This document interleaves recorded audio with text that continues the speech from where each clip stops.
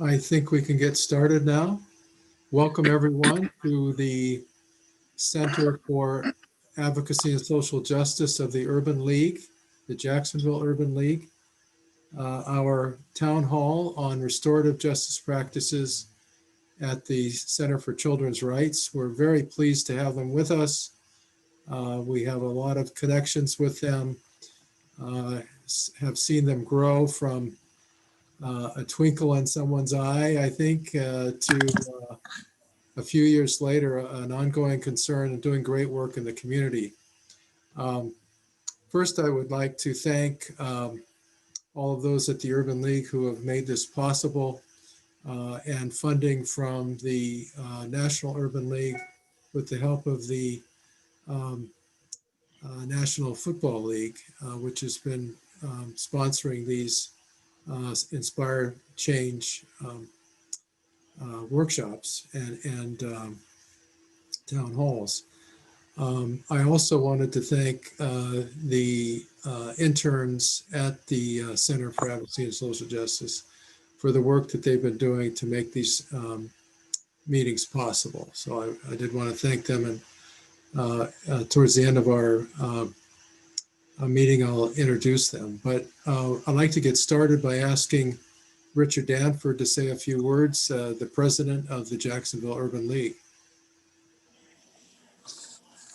Yes, am I on, Dennis? Yes. Well, good evening to all of our participants. I personally want to thank Dennis for his leadership,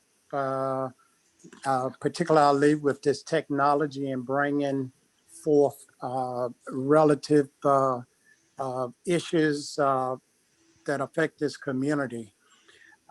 So I want to thank all of you participating, and I look forward to the discussion and of course, the continued partnership with the Restorative Justice Group. So good evening, and I look forward to the discussion. Thank you very much, Richard. And at this point, I'm going to turn it over to Vince Lopez, one of our interns from Florida Coastal School of Law, who's done some great work for us, and I look forward to your moderating tonight. Thank you. Awesome. Thank you, Dr. Stone, for those introductions. I'd like to thank our speakers, Betsy Dobbins, Melissa Kerce, Ellis Curry, Dimitri Brewer, and Harry Reed, for coming here and enlightening us on restorative justice and how we can get involved in helping children out in this important issue. My name is Vincent Lopez. I'm a 3L at Florida Coastal Law. I'm really interested in criminal justice reform, and I've been moderating a series of meetings on criminal justice reform. And we started out with a felony reentry program, which is basically looking at people who have already been through the system. I personally did a public policy paper on bail reform, looking at people, adults about to go into the system. And now we're turning our attention, we're turning our eyes on children who are unfortunately another casualty of a criminal justice system that, can affect our children and has affected families with arrests of children and so these type of things. So this is the type of stuff we're trying to look at today. And with that, I will turn this over to Betsy Dobbins, who is going to give us a better idea of what the center does, how they're involved with stemming this child to prison pipeline, or the interaction with the criminal justice system, and restorative justice in general. So let's go. I can't wait to dig in and learn from you guys. Well, thank you. And thank you to the Urban League for the opportunity to come together and have this conversation.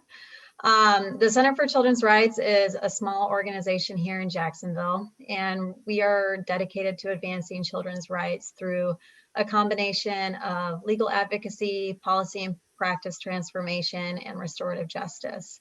We really focus on children who are involved with the juvenile justice system, or children who are at risk of involvement in the juvenile justice system.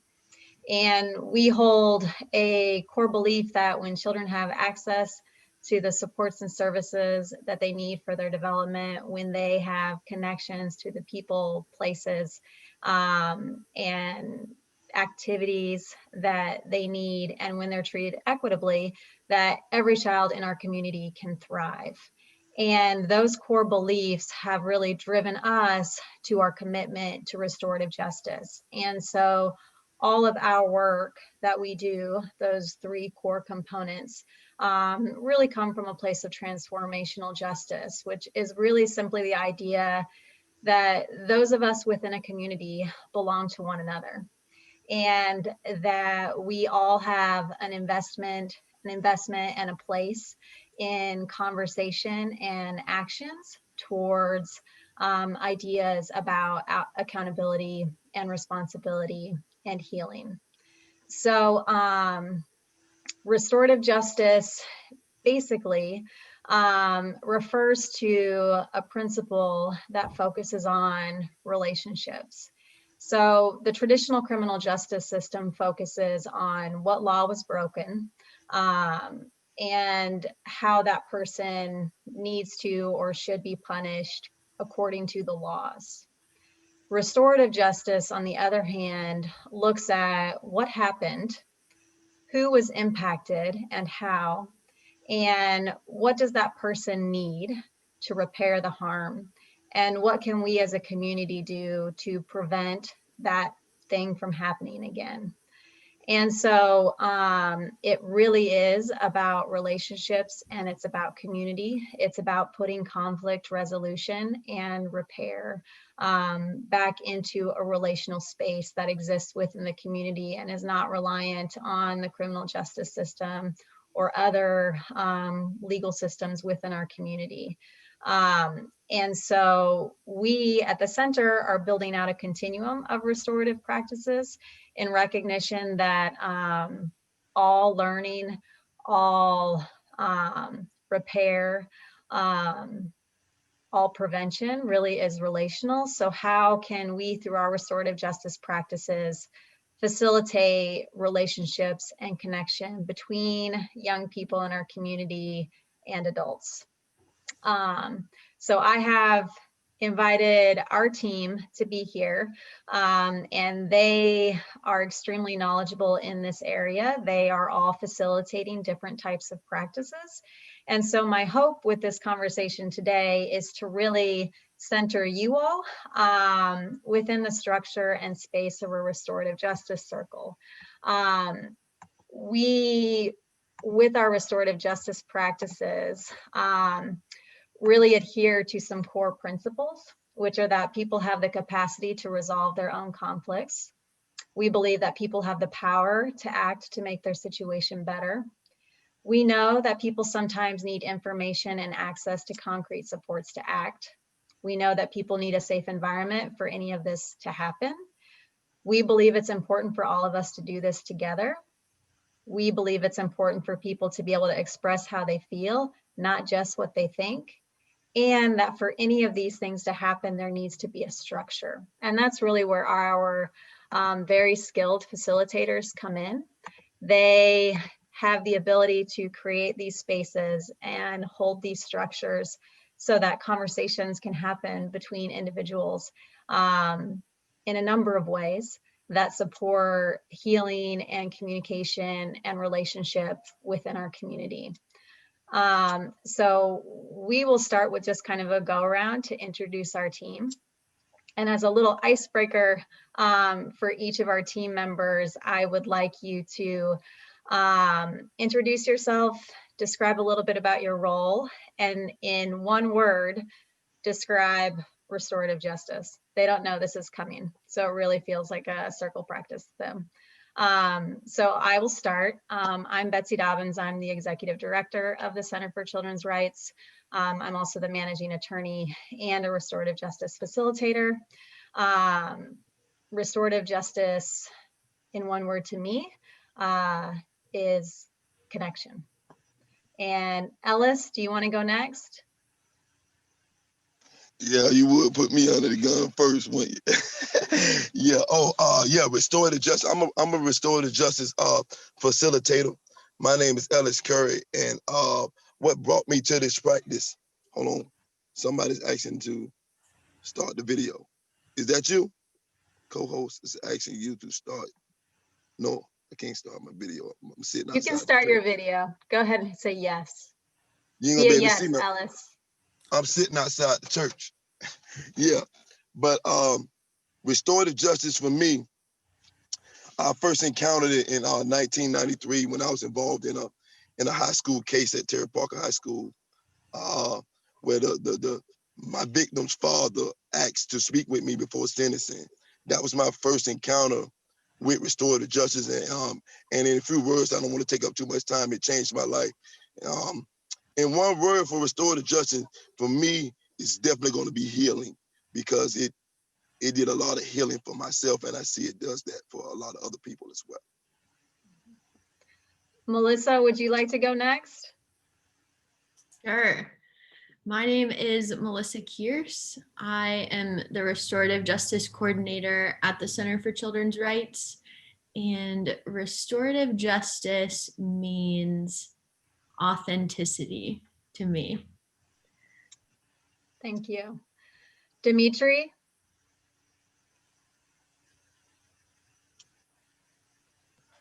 Hello, I'm Dimitri Brewer. I'm one of the restorative justice facilitators. I facilitated circles. And one word that it means for me is hope. That's my word right there that I'm gonna use. I'm gonna stick with it. Okay. Harry? Hi, everybody. My name is Harry Reed. I'm the Resilience Navigator, and restorative justice for me in one word would be, I would say relationships, but I'd rather say accountability. Mm-hmm. So I'm going to have ask each of our team members to describe each component of the practices that we do. But I think it would be helpful for the group and those of you who are participating in this conversation today to really think. We keep using the word circle, and that is really intentional because our restorative justice practices are all centered around circle practices. So that is people physically coming together in a common space or virtually in the time that we're in. And our facilitators maintain a structure and really create a container that the participants fill up or pour into or pour out of, depending on how you think about it or look at it, depending on each practice that we have. So, like I said, we're building a continuum of restorative practices, really focused on how do we help kids in our community, but also our community as a whole, begin to embrace opportunities to come together, to heal and have conversation and to connect.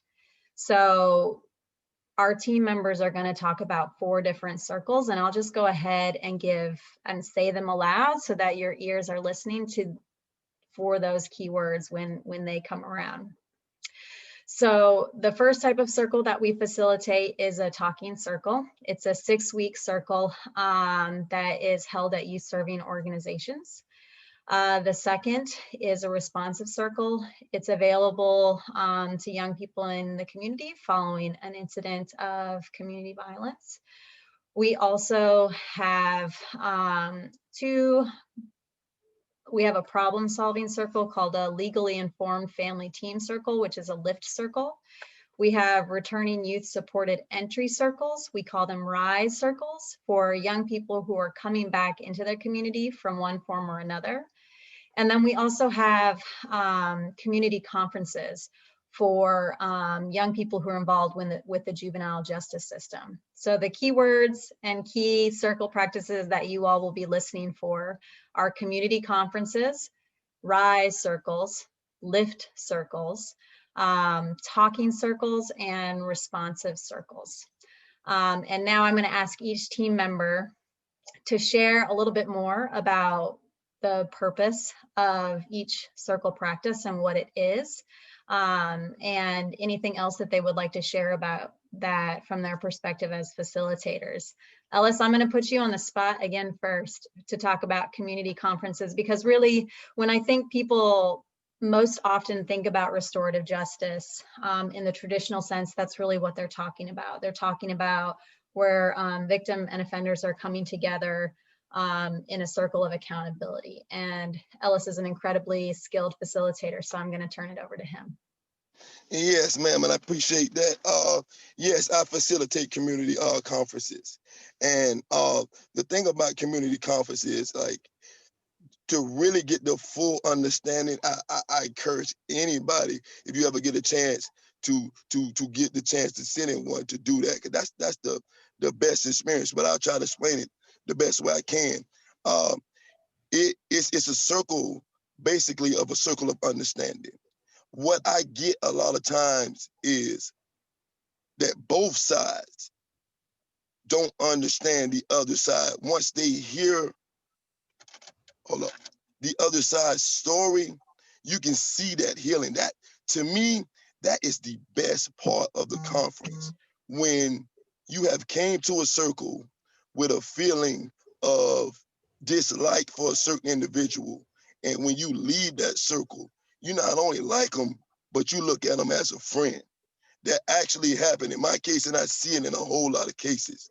So I think that's the magic of the circles that we run, because a lot of times people, it's no excuse for doing wrong. Let me say that first. There's no excuse for doing wrong. But a lot of times when you hear a person's story, you will understand. See, and that's the magic with a community conference. And like I said, the best experience is to experience one. I would say 9 out of 10 of them come out successful. The majority of them do. And I can't iterate it enough that you really need to sit in and listen to one and see the magic for yourself. So community conferences are the conferences that we hold for juveniles involved in the juvenile justice system. They are kids who are accused of committing a delinquent act, and they agree to take responsibility and be accountable to the person that they've impacted. Ellis, as a facilitator through a pre-conference process, reaches out to the young person, to the person who's been impacted, and to any other supports that either side identifies. And then he brings them together and holds space and facilitates a conversation for them to come up with an agreement about how that young person can repair the harm, speaking directly to the person that they've harmed and really centering the experiences and the needs of the person who's been harmed to develop and shape the agreement. And then our team ensures that that agreement is fulfilled and follows up. And once that agreement is fulfilled, it's a diversionary program. So what that means is that the charge goes away or it's dropped. So from a criminal justice perspective, it's really powerful on multiple levels. Because one, it's creating an opportunity for juveniles who make mistakes or who commit delinquent acts as young people to not face serious lifelong consequences for the mistakes that they make as kids. But also we know that learning is very much relational. So if there are any educators participating in this call or in this learning conversation this evening, social, emotional education and learning is really a buzzword right now. And restorative justice is really a vehicle and a mechanism to facilitate that learning in safe spaces for children to practice those skills directly with people that they've been impacted by.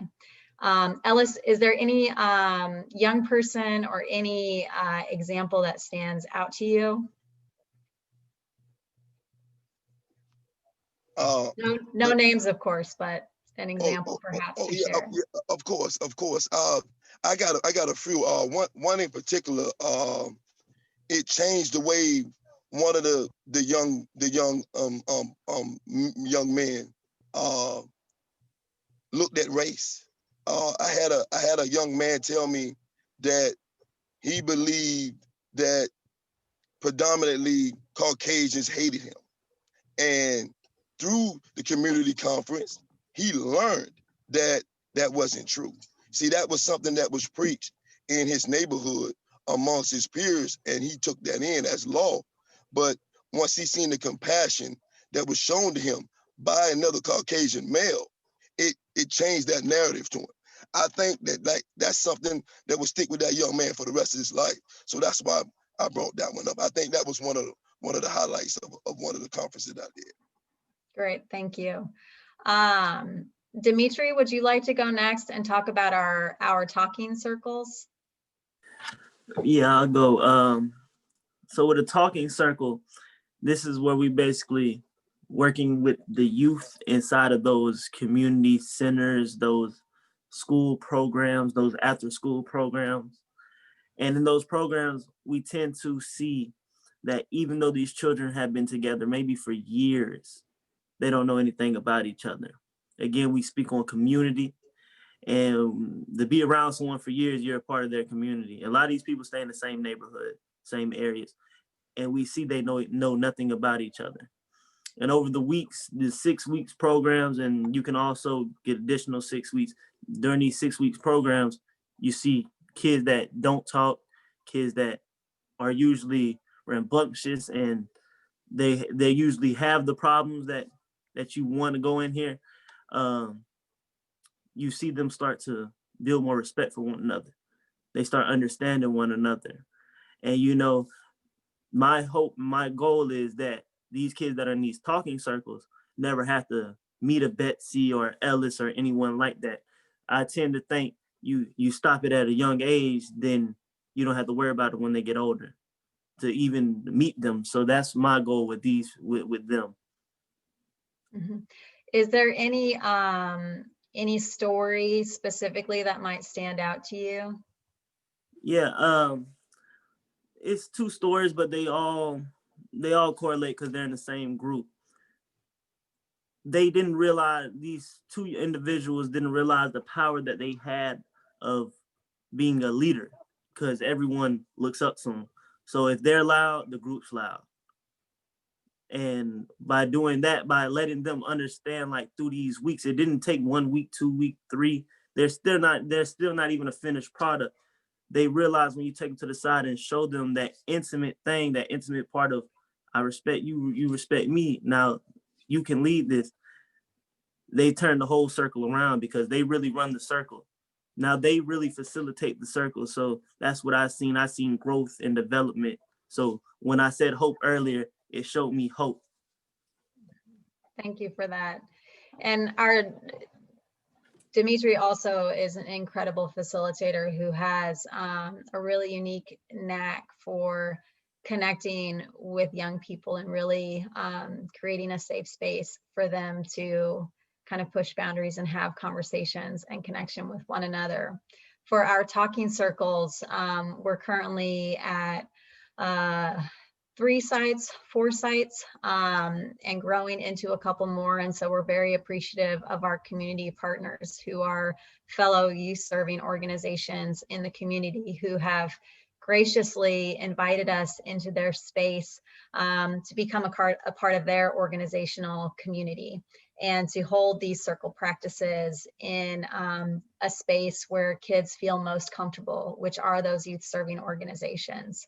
And so like Dimitri said, another really important component is that even though our team is coming in as facilitators, we are really just creating the container and holding the space. And so even with our young people, the real goal is for a process of co-creation and recognizing that young people, when given the skills and tools and opportunity, can really be leaders in those circles and then also in the community. And so co-leading with young people is a very important component, especially of our 6-week curriculum-based circles.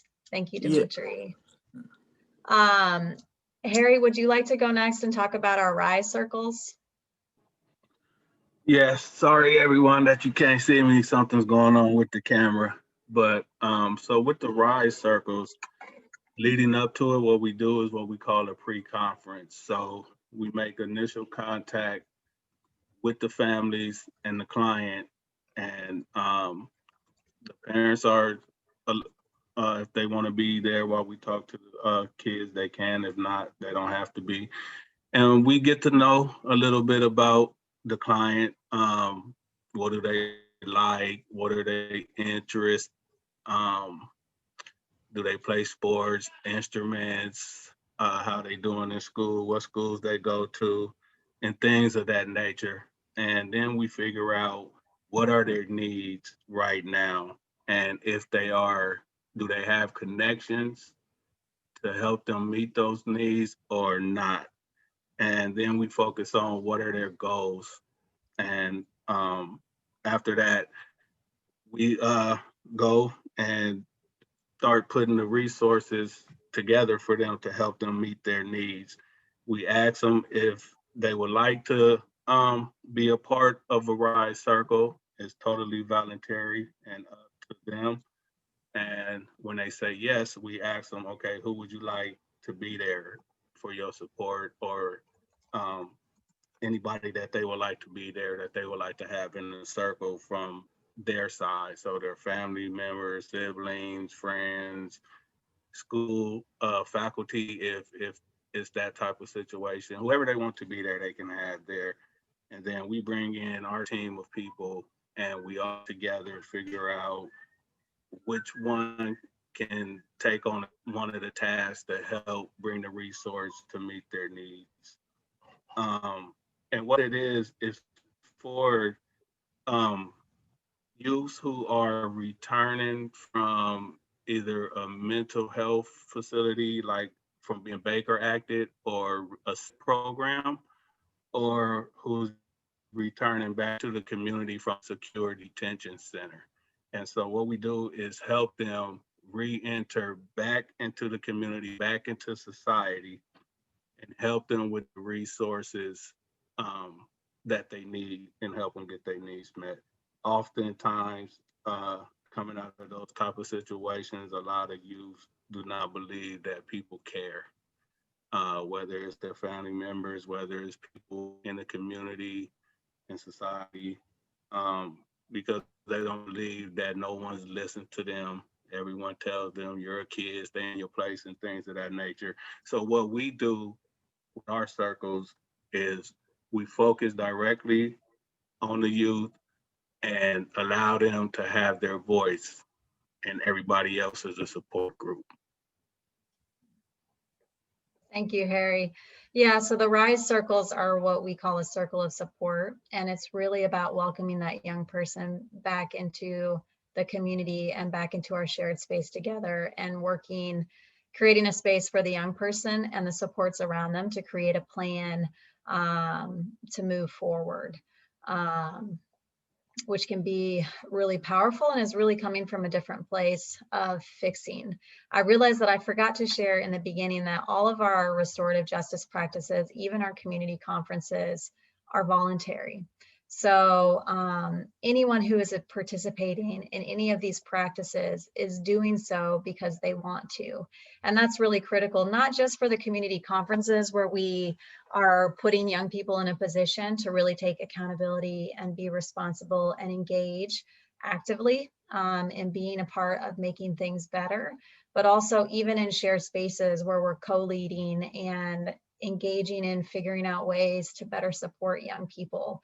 It's still a voluntary process, and we're in no way here to fix. Restorative justice is all about being alongside and being together and collaborating through connection to create solutions. Melissa, would you like to talk about our lift circles? Yeah. Betsy, can I say one thing before we go to Melissa? Yeah, of course. Okay. Yeah, so this Harry again. I just wanted to add that when the youths are able to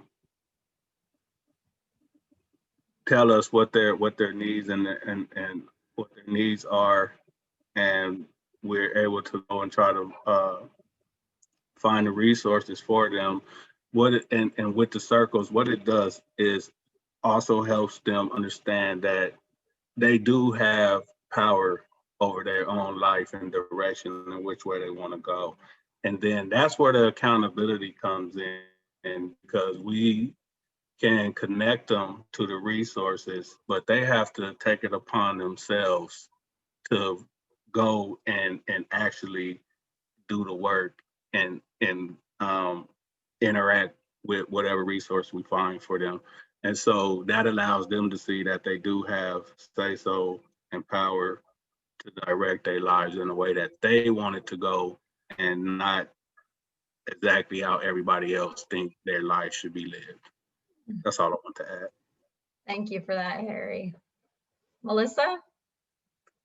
Yes. So the LIFT meetings are slightly different, but they're still a restorative justice practice. Like Betsy said earlier, they stand for legally informed family team meetings. And this is a practice that is surrounded by what's called the Youth Thrive protective and promotive factors. And these factors help us identify what the strengths are for both the youth and the family involved, but also what their needs are. So those 5 factors are youth resilience, social connections, cognitive and socio-emotional competence, knowledge of adolescent development, and concrete support in times of need. So a lot of big words. We don't really go over those with the kids, but we do ask them to fill out what's called a resilience survey. And once we meet the family, each child and each adult fills out a resilience survey. And that allows our managing attorney to review the surveys for any legal issue spotting. So if there are community or other supports identified by the family, we contact those people and invite them, coordinate the time for the circle, and then we actually hold the circle.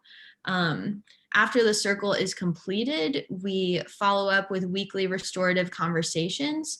But the cool part, again, is that we are just facilitators. So, you know, like Betsy said before, we believe that people have the capacity to resolve their own conflicts and make their situations better when they have access to those supports and to those organizations or institutions. So we facilitate the circle, and then within the circle, if there is a need that's identified, whether it be a legal need or not, then the people in the circle are the ones deciding who's going to do what, on what day are they going to do it, you know, what's the deadline. And we just ask the questions if we see that, you know, a solution isn't coming together. But the main questions that we ask the youth and families are typically, do they feel that they're being treated equitably and fairly at home? Do they feel that they're being treated equitably and fairly in their community? And do they feel they are being treated equitably and fairly within the institutions and organizations that they're a part of? So this can help us further spur on conversation instead of just asking kids a list of questions that they've already rehearsed no, no, no, or yes, yes, yes answers to. And one example that comes to mind that was really cool is when we do the pre-conference process that Harry described for a LIFT meeting as well. And so that's when we go out and meet the family, or with COVID, we call them. And one family identified a housing need that they had, and they said that they weren't being treated fairly with their housing. And because we have an attorney available and a part of the LIFT circle, the attorney was able to review what the housing issue was and immediately refer them to the Jacksonville area legal aid. And those referrals were able to be made before we even had the LIFT meeting, because there's no point in having a meeting or a circle if someone's immediate needs aren't being met. So that was really awesome. And we haven't even had the circle yet because it was so quick to be identified. So yeah. Awesome, thank you. Yeah, you know, I think in the context of the conversations that the Urban League has been having related to criminal justice, access to civil legal representation and services are a critical deficit. And that is not just here in Jacksonville, that is nationwide. I think the current estimate is that for every civil legal issue impacting an indigent person, so someone who may not have the ability to afford to hire an attorney, there is one attorney for 10,000 people who are experiencing that legal issue. And so as an organization that is dedicated to advancing children's rights and who also provides representation, it was really a critical question for us about how we could expand our capacity and how we could really reshape our understanding and processes about access to justice so that we as attorneys could do a better job of being involved at the point of social needs before issues become legal problems. And so that's really the point at which we're trying to engage with these lift circles.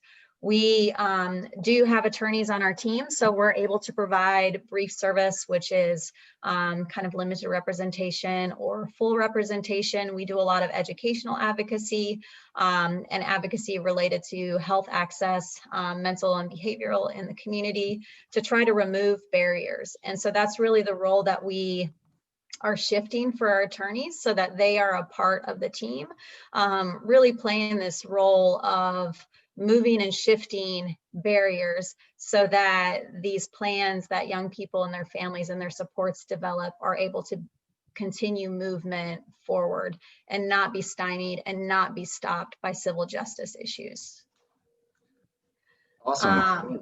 Thank you so much. I don't want you to get too winded there. If I can interject for a minute, just reading a little bit about restorative justice before going into this meeting, I ran over this statistic, and maybe somebody can confirm this with me, that Florida has some of the highest rates of juvenile incarceration in the country. So I just wanted to outline the urgency of the work that your center is doing, especially here in Florida. Those statistics look like they were getting better, but I don't think, obviously, we're not where we are just yet.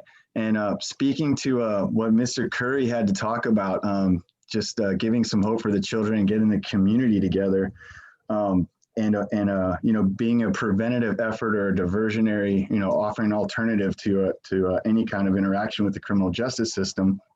This statistic popped up was that 67% of children who interact with the criminal justice system or are incarcerated or in juvenile detention are more likely to return to jail as adults or back to a juvenile detention center as children if that kind of process isn't stopped or if there isn't an alternative or an outlet for that energy. And when you first started out, Betsy, you said, say one word. And I was thinking, I was like, well, what would be my word? And after just thinking and hearing y'all, I think my word would be future, because the work you're doing is really going to impact the future. Because, you know, just like I said, a child that goes, you know, kind of into the system or is exposed like that is more likely to, you know, do it again. And that's really speaking to our communities. So I think that really hits home like arrow to the heart wise. Thank you so much. I appreciate that. One of the other things I had looked at kind of just before glancing around, just as somebody who's kind of green on this topic somewhat, was a few articles on police or arrests on children as young as 8, 9, 10 years old. And I was also thinking about what kind of effect this has on kids as far as in schools or just their interactions. Like as Harry Reid and Dimitri were saying, hosting these circles, that can affect a kid's psyche. That can affect a lot of stuff coming out of something like being Baker acted.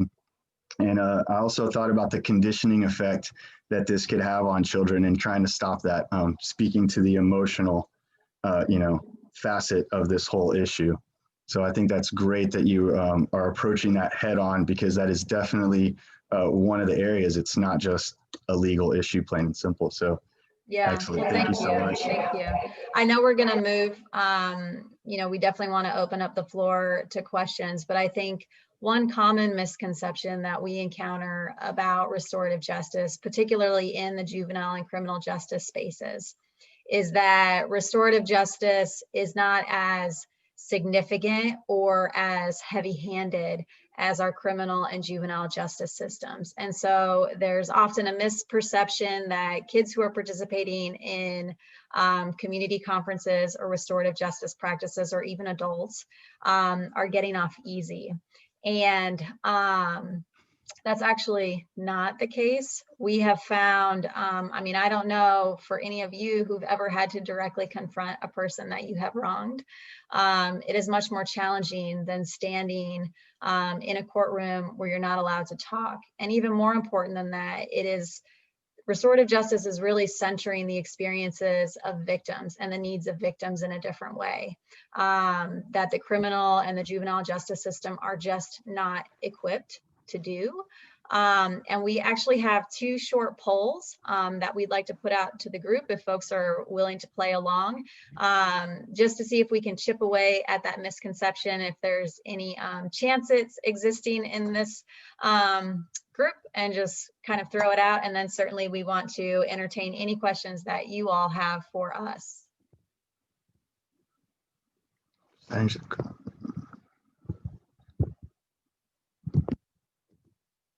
So the question is, what percentage of conferences come to an agreement that victims were satisfied with? And this is based on research that has been done in a comparable city to us that has been doing restorative justice for decades and holding community conferences in the same format and structure that we do and that we're currently offering in Jacksonville.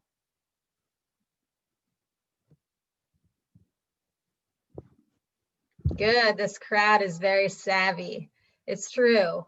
Again, with restorative justice, because it centers the needs and experiences of victims in a different way, 93% of participants who are the victims, the people who have been harmed, feel satisfied with the agreement that has been developed and the way that the person who has harmed them is held accountable.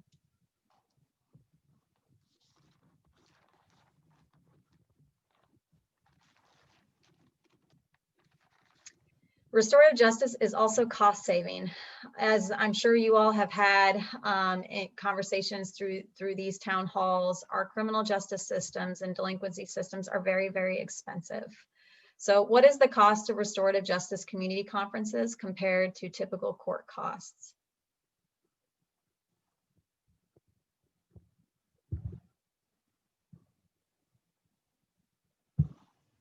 And I will give you guys a hint, at least in juvenile court alone, juvenile fees are generally around $250 to $300, and that's excluding any type of restitution that might be included in that number. And it looks like, again, you guys are very sharp.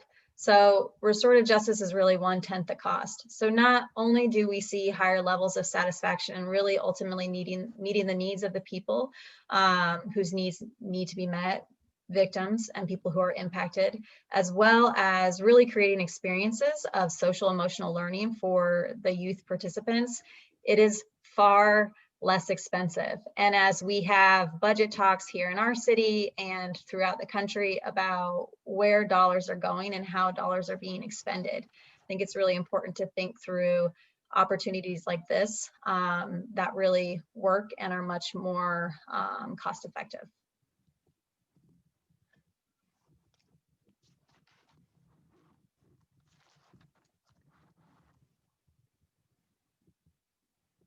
So you had mentioned that it seems like the program is really focused on children, and you actually start with what their needs are. Obviously, shelter, home. If they're not getting enough to eat, then you can't, focus on greater needs in the community.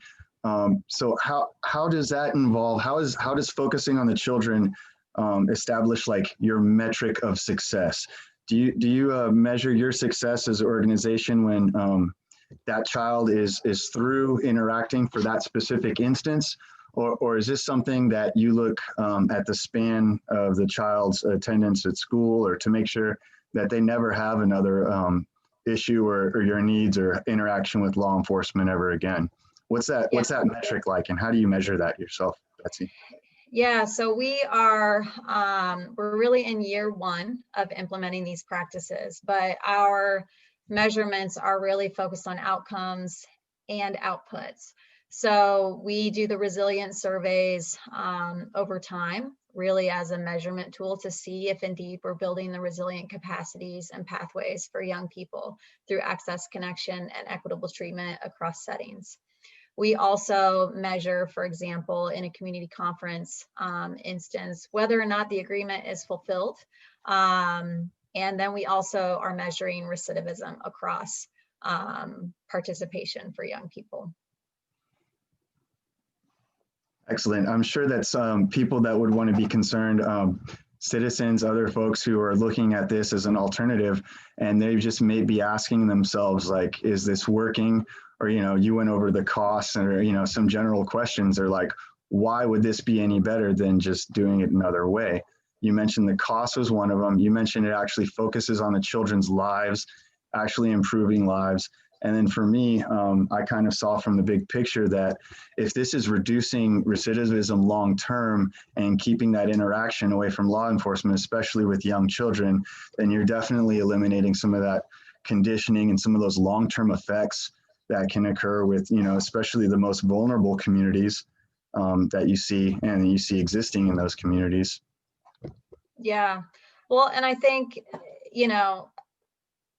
when I think about what we are struggling with in Jacksonville, the reality is that, especially for our children who are in juvenile justice, they might be committing delinquent acts, but they are often across multiple spaces, victims also of community violence and violence within our city that is impacting them. I think we just hit our 160th homicide, which is dramatically and disproportionately affecting certain parts of our community. And it is incumbent on us as a community to really create connection, because if there's going to be anything that results in healing, if there's going to be anything that results in prevention and anything that results in stemming incidents of violence, it comes down to basic conflict resolution and connection and relationship. And if we don't have opportunities and spaces for those things to happen, then no matter how much we as a community and a city throw at problems, if we don't have equitable opportunities and very honest and heartfelt conversations about equity, then it's going to be really challenging for anything to shift. I can tag in on what she just said. Being a product of these communities that we are speaking of today, going to and being a product of, not even knowing it, a restorative justice circle. When I was in high school, I have a teacher on here who led the circle. He probably didn't even know what he was doing, but coming from a violent city, understanding, seeing death can affect more, it affects more than one person, it affects more than one family. And needing that space to just talk and be heard and being given that space was a help for my life. And it helped me grow as a man, not even knowing that by this man telling me, hey, you have to come to this for 1 week, but him holding a 5-week, 6-week program, and I'm there every week, being able to get it out, being able to see him translate what he loves into something that makes me understand, then ends up investing in something I love. Now I do what he did. It gave me pride, and that's what our community needs, because we all stay here. We all can be a victim at any point. So having pride in something boosts like the next level of what we need to do. It gives someone hope. I'll keep going back to hope. It gives someone hope when you give them pride. I give them pride into running this circle. He gave me pride in hey, you show up every week, letting me speak, letting me talk, letting me understand. And that's the same thing we're doing with these kids, the youth, the people that Ellis worked with, Melissa, Harry, Betsy. It gives them pride to understand like there's something bigger. I can understand both sides of the story. Like I'm the victim and the accuser. It helps me understand each point of it. That's what I would like to interject.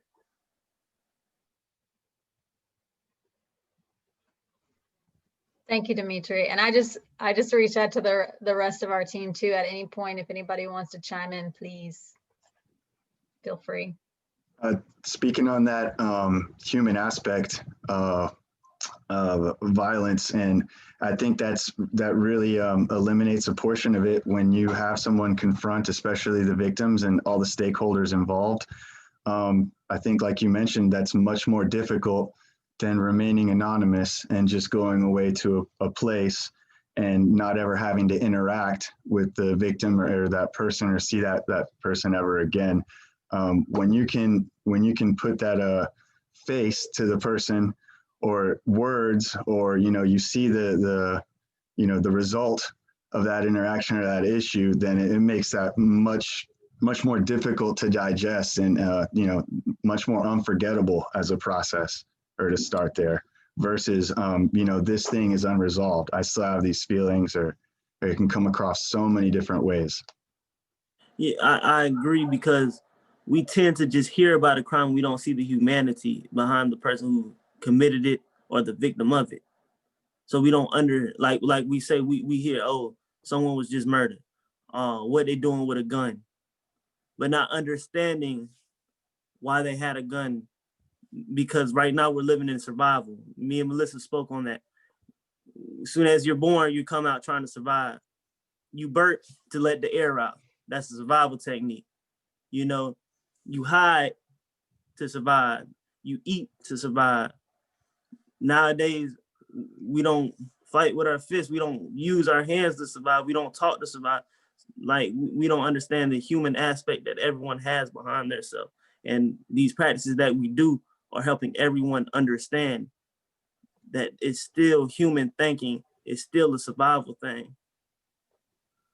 And I think, one thing that we haven't mentioned, especially for our community conferences, is that the arresting officers, so the law enforcement officers who are involved, are also participants in the circle, to share, kind of their experience and how they've been impacted.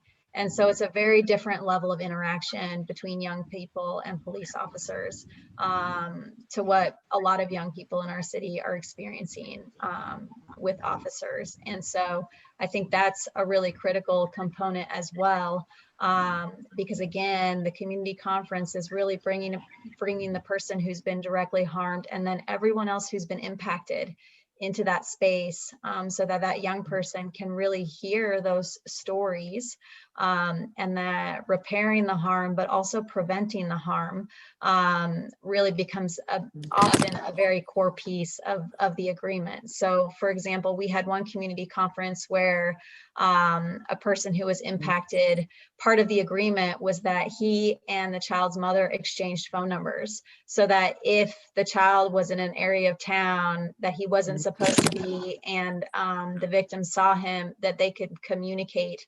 And so the victim moved into a support role in this child's life, which is really, really powerful, from a perspective of preventing recidivism and of creating connection and community around this kid, so that they do not engage in those same behaviors again. And it became a support for this child's mother in a new and different way, where previously they came into the conference with a lot of conflict.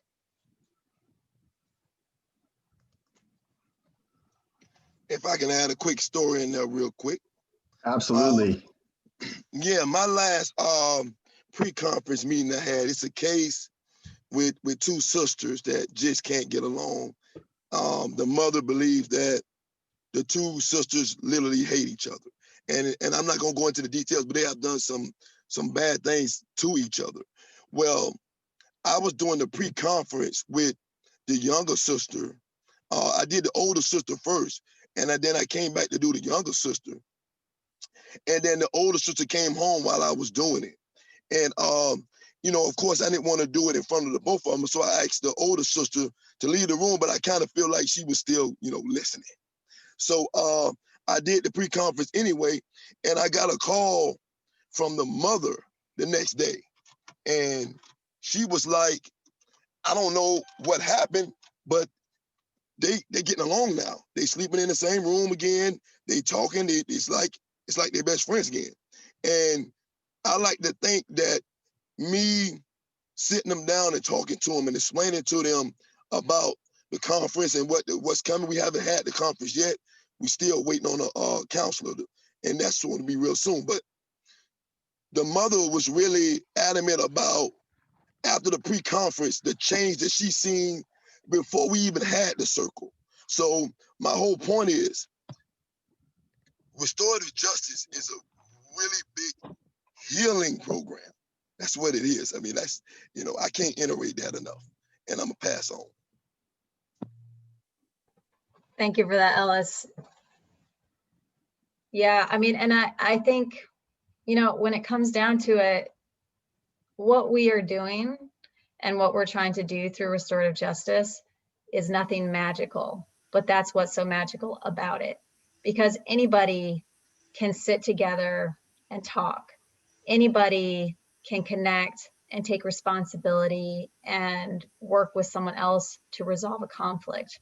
All we are doing is creating the structured spaces for those things to happen. That's it. And it is a skill building process so that even when we are out of the picture, people are still able to translate and use those skills going forward and really hold the power to do that. And that's our goal. Well, Betsy, I wanted to thank you so much for bringing your team and sharing your practices with us. It's when we talked about your program years ago with such high hopes, it's paid off, and we appreciate it. It's paid off because of the people you brought together with you, and really appreciate it. I did also want to recognize a few people. First of all, some of our interns that are with us. Kyle Basinger is working in the background, helping with the technical moderation of the town hall, and also Michelle, who you've probably seen, working, Michelle Andrews, and she, along with also I think Camille Will Thomas, is with us. Another intern who has been working in the criminal justice field. And I think that's it on our, yes, Jocelyn Mora, who's a student from FSU. The others are students from Florida Coastal, but Jocelyn's from FSU has been helping a lot with our social media and assisting with these town halls as well. Also, I wanted to recognize Dante Jennings, who's with us. He's the former president of the Jacksonville Urban League Young Professionals, and who is a school assistant principal himself, and also a student of the master's program in public policy at Jacksonville University. So we're hoping to see him out and involved in the community with that master's in hand and assisting in things like this. And also, I'm not sure he's still on, but Rick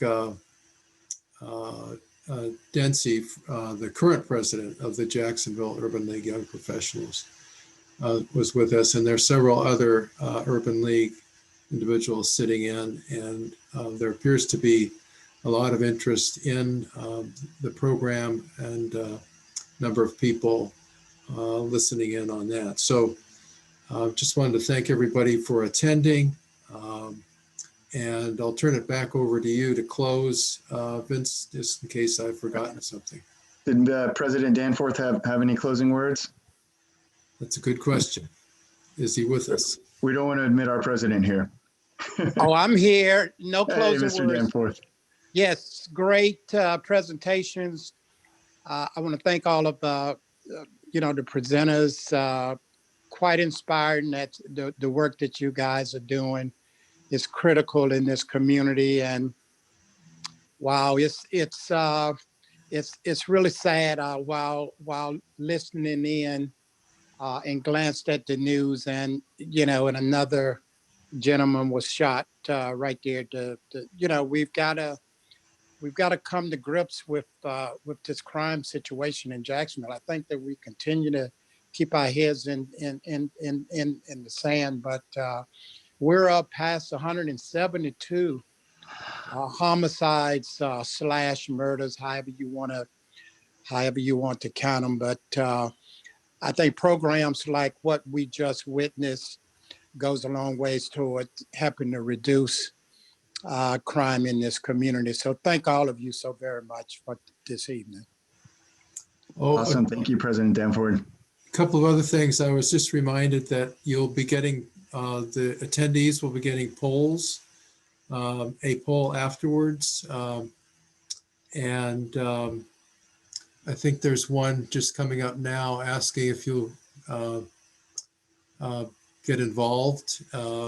And then we'll be sending you a couple more or a poll with some questions that would like you to answer that would be very helpful for the Center for Children's Rights. And Excellent. I think that's it. Again, thank you Awesome. everyone for being here. Thanks, Yeah, I'd like Betsy. to, Go ahead, Vince. yeah, I'd just like to add, everyone who's working there at the center, y'all should all be super proud of yourselves. You're really doing extremely important work. The skills and stuff that you're teaching there, they're not just applicable to juveniles. I think they're applicable to us as adults too, especially some of these conflict resolution skills. We could use this every day in our lives. And when we put humanity on someone's face, on the opposing people or whatever, like that comes into play. So what you're doing is awesome, super great work. And I'm excited to see what y'all be doing next year as far as helping the community and everything like that. And just to jump on a little bit of what Dimitri had going on, I just want to leave everyone with a quote, each one, teach one, my favorite Bob Marley song. So yeah. All right. Well, thank you, everyone. You have a great evening and happy holidays. All right. Bye-bye, y'all. Thank you so Everybody much. take care. All right. Have a good rest of your night. Thank you.